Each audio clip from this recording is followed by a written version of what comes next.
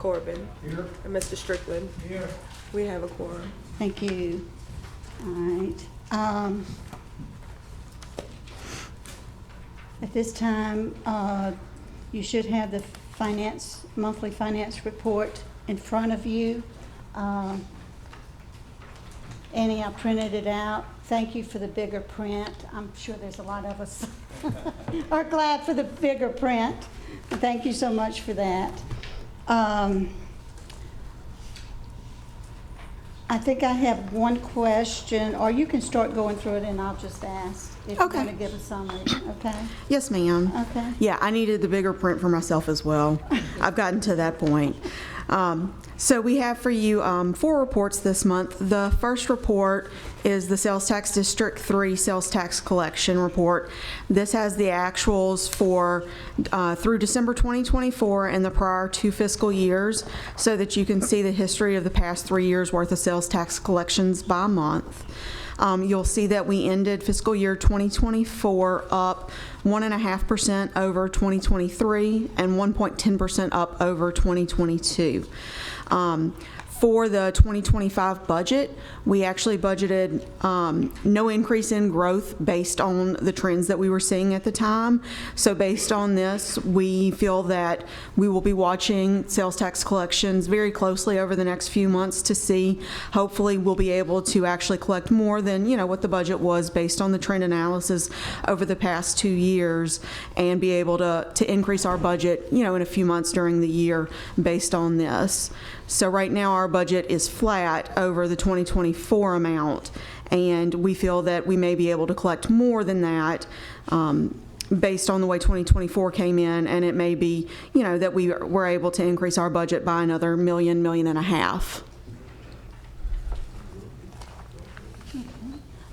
Question on the next page. Yes, ma'am. The Highway 21 Economic Development.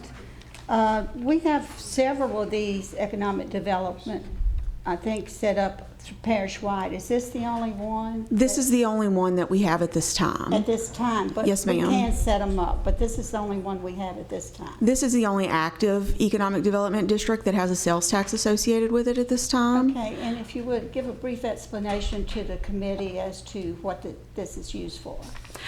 So, yes, ma'am. So the Highway 21 Economic Development District, we collect sales tax in the Highway 21 Economic Development area. And so that's an extra 3/4 cent sales tax. And we use that for economic development infrastructure and projects within parish-wide. So a number of the things that we have used it for over the years are to help fund the fairgrounds, the airport, other economic development projects, anything of that nature. It's usually brought in about $650,000 a year. We decided to present this information to you because since there has been a significant increase in the growth in that area over the past several months with Costco coming into the area. So you can see it's now trending over $100,000 a month. So we anticipate that that will bring in probably $1.2 million during 2025. Thank you. You want to go ahead with the other review? Yes, ma'am. So the other 2 reports are ones that we presented last month.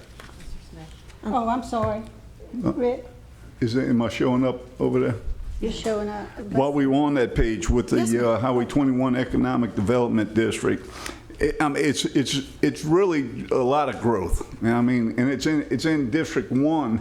I see it all the time. But these are unrestricted, they're not dedicated taxes. We can use this parish-wide, correct? You can use it parish-wide. However, it is restricted to economic development. Okay. It is restricted based on the language in the Economic Development Act and the revised statutes under the state of Louisiana. So economic development, that can be a pretty broad category, I would think, of what things can be used for, right? Yes, to a certain But it can extent. be used parish-wide, although it's just in It's generated in that district. that district. Good. Within those I boundaries. just wanted clarification. Thank you. Yes. And no, Rick, you cannot have all the money. Okay, go ahead, Annie. Yes. So the next report is the operating and grant fund balances report, where we project to you what the fund balances are. So this shows to you the budgetary beginning fund balance, the budgeted revenues and expenditures for 2025, and what the budgeted ending fund balance is for 2025 based on that. And it also shows you the actuals to date. The schedule also has a column in there for the amendments pending adoption so that you can see what the impact of those are on the budgetary fund balance. I do want to point out that the information on these reports are based on current information that is unaudited at this time. So those fund balances are unaudited and subject to change as we continue to review the prior fiscal year, make our adjusting entries, and we are also working through the cost allocation plan at this time to finalize that based on final information from last year. The cost allocation plan consultant is actually meeting with our departments this week to finalize those numbers, and we'll be doing that over the next couple of weeks. To adjust based on the actual statistics and information that occurred during 2024. And then the final report is the budget to actual report for the month of January. You can see as you flip through the pages that not much has happened during January. Most of the actuals and the activity that happened during January are actually things that get posted back or accrued back to fiscal year 2024 because they are things that happened for the prior year. We're still collecting cash receipts in January for things that were really for fiscal year 2024. And that's actually one of the things that I wanted to point out to you is that when you look, you're going to see that there are hardly any revenues that have been recorded during the month of January. You're going to see quite a bit of expenditures that have been recorded, especially for payroll, because that's our largest expense during the month of January. And so I want to point out to you that the reason that we have those minimum fund balances, and that's something I got asked a couple of weeks ago by someone, is that they're for cash flow needs. So the majority of the time, it's not for some other purpose, it's for cash flow. And it's because the revenues trail behind the expenditures. We have to have the beginning cash flow in order to fund those expenditures while we're still waiting on the revenues to come in. And you can really see that play out in the months of January and February when we don't have those revenues in place yet. So I think this is a testament to that. Thank you. And I may say one thing. As we go through the months, if you will notice at the top, it will give you 1/12 of the year. Right now it's 8.33%. During the months, you can, as we progress, you can go through and see if they're over that amount. She will have an explanation as to why, if it's over, say, 40%, it may be that insurance was due up front or some reason. So it is a good mechanism for tracking how we're doing with expenses through the year. Any other questions? Oh, okay.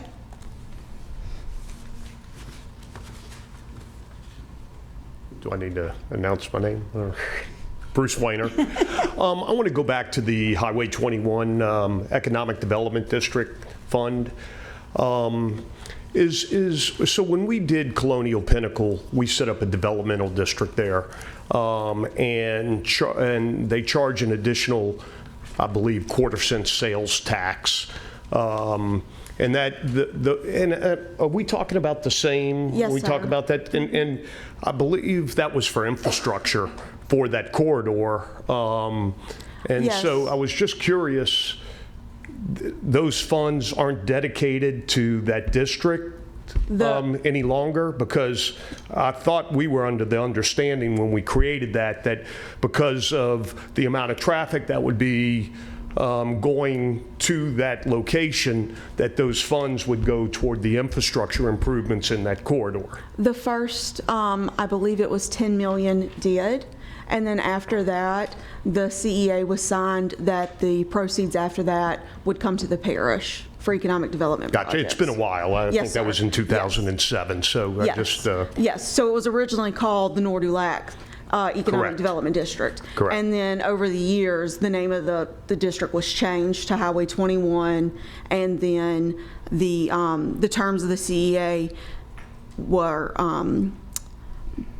were assigned basically so that a certain dollar value was assigned to the infrastructure up front to the developer for the infrastructure needs. So a portion does stay in the district for infrastructure or? Well, we've spent it all. That Okay. has been done, and then the remainder comes to the parish for economic development projects. Gotcha. Okay, thank you. You're welcome. Thank you very much. Any other questions? Okay, we'll move on to the ordinances. Ordinance calendar number 7835, ordinance to amend the 2025 grant budget amendment number 3. And Yes, ma'am. This ordinance is to amend the grants budget to add funds for 2 grants. This is for funds from the Department of Justice and the Treasury for funds from the Asset Forfeiture Equitable Sharing Program. These are funds that the parish is receiving on behalf of the District Attorney's Office, and it's a result of the District Attorney's direct participation in a law enforcement effort that results in federal forfeitures that enhances the cooperation among federal, state, local, and tribal law enforcement efforts and provides valuable additional resources. The funds are to supplement and enhance the appropriated agency resources. The amount from the Department of Justice is $420,329, and from the Department of Treasury is $34,488. and we are just a trust for the DA's office. Yes, ma'am. We are acting as the trustee for them. We are holding the funds. The federal agency does not allow the local law enforcement agency to hold the funds themselves. For separation of duties, we will hold them and disperse them on their behalf under their requests.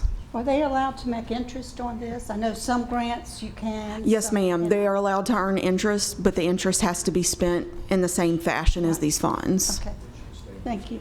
Any questions? Okay. Ordinance calendar number 7836, ordinance to amend the 2025 operating budget amendment number 5. This ordinance is to amend the operating budget, to roll over funds from fiscal year 2024 to 2025 to fund outstanding encumbrances and projects from that fiscal year that were not completed. This includes funds from the general fund for $180,626, the Public Works Fund, $2,804,447, drainage maintenance, $240,725, public health, $2,392, animal services, $1,278, the Highway 21 Economic Development District Fund, $9,434, the Cultural Recreation and Tourism Fund, $183,266, the Tyler Street Complex, $3,383, the Justice Center Complex, $67,859, Safe Haven Complex, $20,328. Coop Drive Complex, $1,225,000. Utility Operations, $10,755,188. And for the Development Fund, $77,035. Thank you. And I may comment that if you look in the third column, I think it's the third column, or on the back pages, you will see that it gives purchase order numbers for these. Purchase orders was issued last year and they were not paid, so this is carried over in order to pay them. Any questions? Okay. The next ordinance calendar number 7837, ordinance to amend the 2025 budget amendment number 6.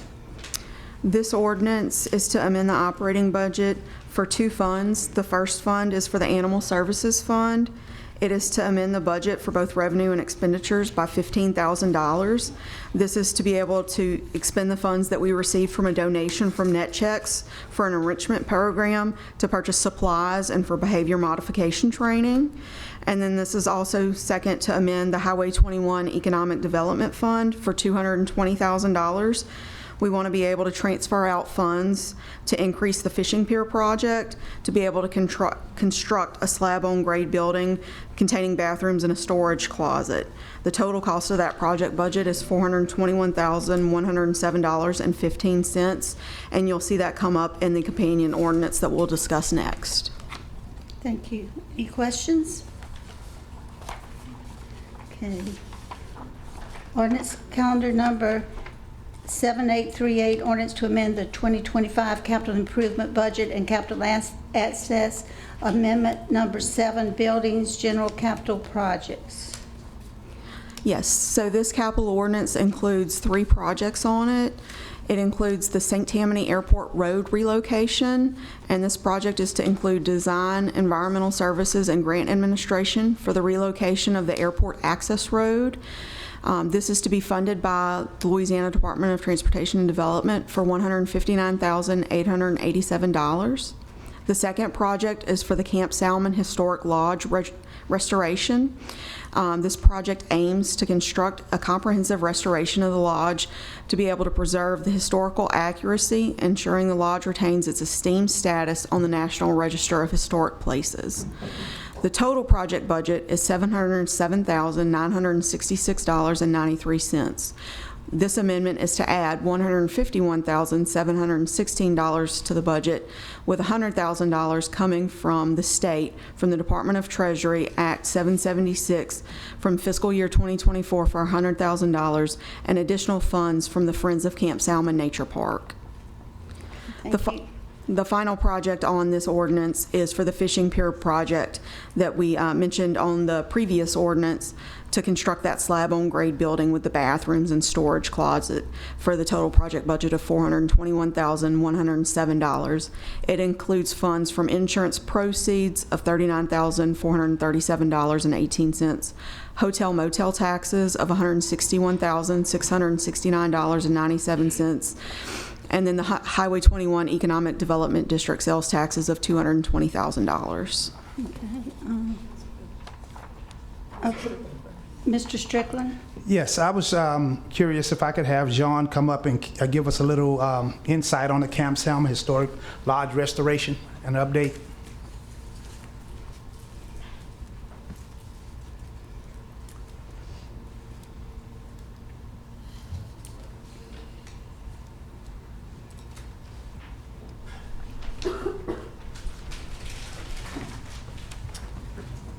Hello.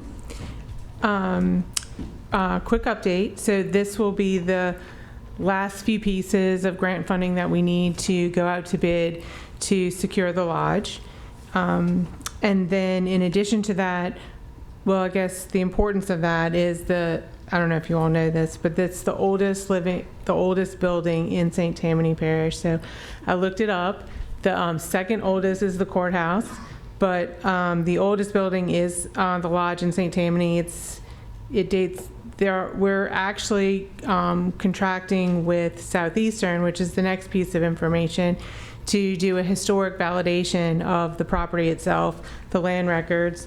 The Boy Scouts, which a lot of people are very familiar with the Boy Scouts in Camp Salmon, but that started like in the 1920s. But the property goes back to 1750, and so there's a lot of land records and things that we're receiving from various sources.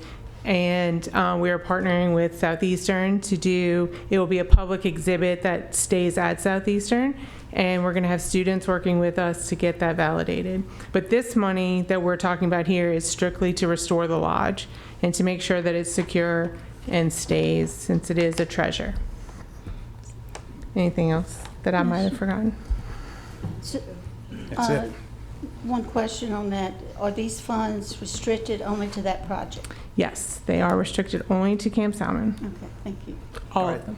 Thank you. Thank you. No Mr. Phillip? That, you mentioned the airport road, that's for the Abede Airport? Yes, sir. So will that completely fund the road to completion? They're relocating. It'll take, it's not just the planning of it, it's the actually put it in? It's just the engineering design of it. Okay. Typical with state and FAA, they stagger things, so you design one year, construct the following year. So in the capital plan for the airport, construction of it would be next year. Okay, thank you. Any other questions? Moving on to ordinance calendar number 7839, ordinance to amend the 2025 capital improvement budget and assets. Amendment number 8, coastal restoration capital project. This amendment is to add a project for the Tchefuncte Peninsula. This is to restore the historic ridge and peninsula and to link Pontchartrain along the eastern banks of the Tchefuncte River. This project is phase 2 of the restoration and is for $485,000. Phase 1 was the Lower Tchefuncte Breakwater Project, which was an armored rubble riprap breakwater that is nearing the end of the design phase. Phase 2 aims to capitalize on the protection features that are being implemented during Phase 1. This project includes design, permitting, and dredging of the lake for placement within the peninsula restoration area. This is going to be funded by GOMESA bond proceeds and grant funds. Thank you. Any questions? Okay. The last one, ordinance calendar number 7840, ordinance to amend the 2025 capital budget and capital improvement budget and capital assets, amendment number 9, sales tax district 3.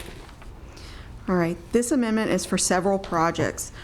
Several projects came in under budget and we're able to reallocate the funds from those projects to be able to fund additional projects and move those along. Those projects include Harrison Avenue Mill and Overlay for $2.8 million, Herwig Bluff Road Drainage, $45,000, Hoover Drive, $500,000, Laws Street, $225,000, LA 21 Greenbrier Boulevard intersection, $700,000, Lindbergh Drive US 190B intersection, $369,000, Little Bayou Castine Drainage, $1.7 million, Rosedown Way Drainage, $1.2 million, and White Stork Drive Drainage, $120,000. We are adding all those funds to those projects, and we're doing that because we are able to reallocate the budget from the following.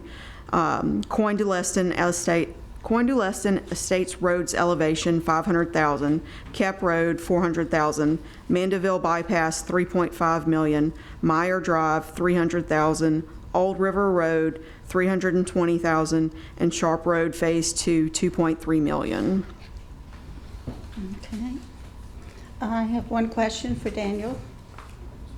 With this money being moved, will most of these will these be complete or enough money to do these projects, or is it just we still need some money for the projects? This should be it for the projects. Okay. So what we did, Harrison Avenue, for example, we did in-house design of that. It's ready to go. I'll have it as soon as the funding becomes available. We're putting it out to bid. So some of them lag behind that. I only have 2 of them that are engineering design funds. LA 21 Greenbrier, we had a traffic study completed at the end of last year that made recommendations on it. So this is to move that forward into the design end of things, and construction's included in it as well. So again, it should cover everything.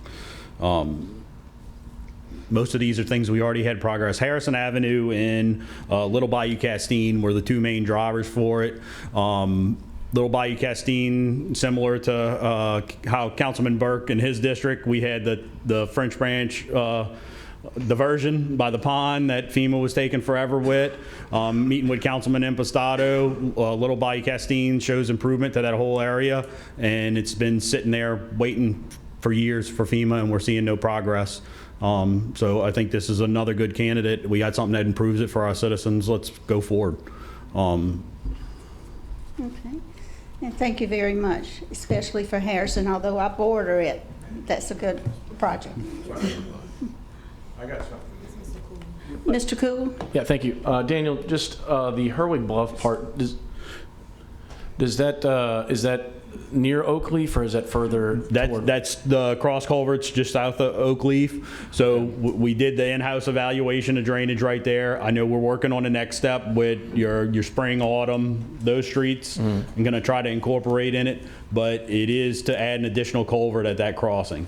And then the next question was for the at the end it has the Old River Road. Is that for the raising, or is that part? That one doesn't have. That's the project. So I was talking with Councilwoman Tanner earlier. She remembers, as any of us that were here, 2022, 2023, every project that we put out to bid came in over budget with the bids. It was just the times. The way the economy was after COVID, the hesitation with putting in bids, low competition, high bids. We've seen a change in that in the last 6 months. We've gotten extremely good pricing on projects, good contractor competition. I think most of our bids going out have minimum 5 contractors at least. So it's like, this is a great place to be in. I'm thrilled at it. We're about to put Jay's putting out his work with Public Works soon, and we're putting out additional mill and overlay projects. I'm hoping I'm back again saying, look, things are coming in good pricing. So. And then finally, just any more other than on White Stork, other than here, is there any further description on that particular project? For White Stork? Yeah. White Stork, the entire street has poor drainage on it. It does cross over into a public drainage or private drainage feature. But the private drainage feature serves the public drainage feature, is the best way to say it. We've done in-house plans. The preliminary plans are sitting on my desk waiting for my review right now, and this will be another one that'll be ready to go in the next couple of months. So. Mr. Phillips. So does this include Camden Court? The Rosedown Way. So Rosedown Way, we completed a drainage evaluation of Rosedown Way, again, towards the end of last year, between budgets. The outcome of that showed that there's ways that we can improve everything in Rosedown, and this is to finish. We had money left over from that. I think it was close to $200,000, which will cover engineering design work on it. This is for construction. And so this will also complete Sharp Road Phase 2, and you were talking about Red Gap area also? This is strictly for the Rosedown item being added. Now, Right. Sharp Road Phase 2 again came in well under budget and is freeing up the funds to do this additional work. Oh, okay. Well, she mentioned a lot of different, I thought Sharp Road was one you mentioned, and then I know you had some projects going on up in the Red Gap area. Are they included in here? This one does not include anything in the Red Gap area. Okay. Well, correction. Mere Drive is on here. Again, that was another one that came in Okay. well under our budgeted amount, and we're moving money out of that to fund these other projects. Okay. Thank you, Dan. Yeah. Any more questions? I need a motion to move ordinance calendars 7835 through 7840 to the full council. So moved. Okay, Patty. Okay. All right, and do I hear yays in favor? Any opposed? Okay. It carries. Any other items? Need a motion to adjourn. Okay, thank you.